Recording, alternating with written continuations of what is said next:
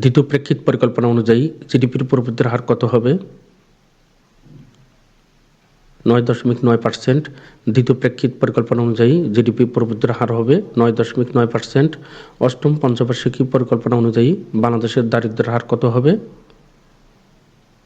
15.6%। অষ্টম পঞ্চবার্ষিকী পরিকল্পনা অনুযায়ী বাংলাদেশের দারিদ্র্যের হার হবে 15.6%। বর্তমানে এলডিসিভুক্ত দেশ কতটি? 45টি। বর্তমানে এলডিসিভুক্ত দেশ 45টি। 13 ডিসেম্বর 2023 সালে কোন দেশটি এলডিসি থেকে বের হয়? ভুটান। 13 ডিসেম্বর 2023 সালে ভুটান এলডিসি থেকে বের হয়। বাংলাদেশের একমাত্র দ্বিবার্ষিকী পরিকল্পনা ছিল 1978 থেকে 1980 পর্যন্ত। বাংলাদেশের একমাত্র দ্বিবার্ষিকী পরিকল্পনা 1978 থেকে 1980। বাংলাদেশ এলডিসি থেকে আনুষ্ঠানিকভাবে কবে বের হবে? 24শে নভেম্বর 2026 সালে বাংলাদেশ এলডিসি থেকে 24শে নভেম্বর 2026 সালে আনুষ্ঠানিকভাবে বের হবে। বাংলাদেশ এলডিসিভুক্ত হয় কত সালে? 1975 সালে। বাংলাদেশ এলডিসিভুক্ত হয় 1975 সালে। বদ্বীপ পরিকল্পনা 2100-তে কতটি হটস্পট রয়েছে? 6টি। বদ্বীপ পরিকল্পনা 2100-তে 6টি হটস্পট রয়েছে। বদ্বীপ পরিকল্পনা 2100 এর প্রণয়ন প্রকল্পের অর্থনৈতিক সহায়ক দেশটির নাম কি? নেদারল্যান্ডস। বদ্বীপ পরিকল্পনা 2100 এর প্রণয়ন প্রকল্পের অর্থনৈতিক সহায়ক দেশটির নাম নেদারল্যান্ডস। বদ্বীপ পরিকল্পনা 2100-তে উচ্চ পর্যায়ে জাতীয় অভিষ্ট কয়টি? 3টি।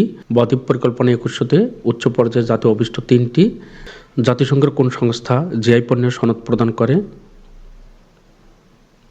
উইপো। জাতিসংঘের উইপো সংস্থা জিআই পণ্যের সনদ প্রদান করে। WIPO। এমপক্স এর নামকরণ করেন কোন দেশের বিজ্ঞানী? ডেনমার্ক। এমপক্স এর নামকরণ করেন ডেনমার্কের বিজ্ঞানী। এমপক্সের ভ্যাকসিন MVA-BN তৈরি করে কোন কোম্পানি? ডেনমার্কের বায়োটেক। এমপক্স ভ্যাকসিন MVA-BN তৈরি করে ডেনমার্কের বায়োটেক কোম্পানি। ব্যালন ডি'অর 2024 বিজয়ী নারী খেলোয়াড় কে? আইতানা বনমাতি। ব্যালন ডি'অর 2024 বিজয়ী নারী খেলোয়াড় আইতানা বনমাতি। ব্যালন ডি'অর 2024-এর বর্ষসেরা পুরুষ গোলকিপার কে? Emiliano Martinez.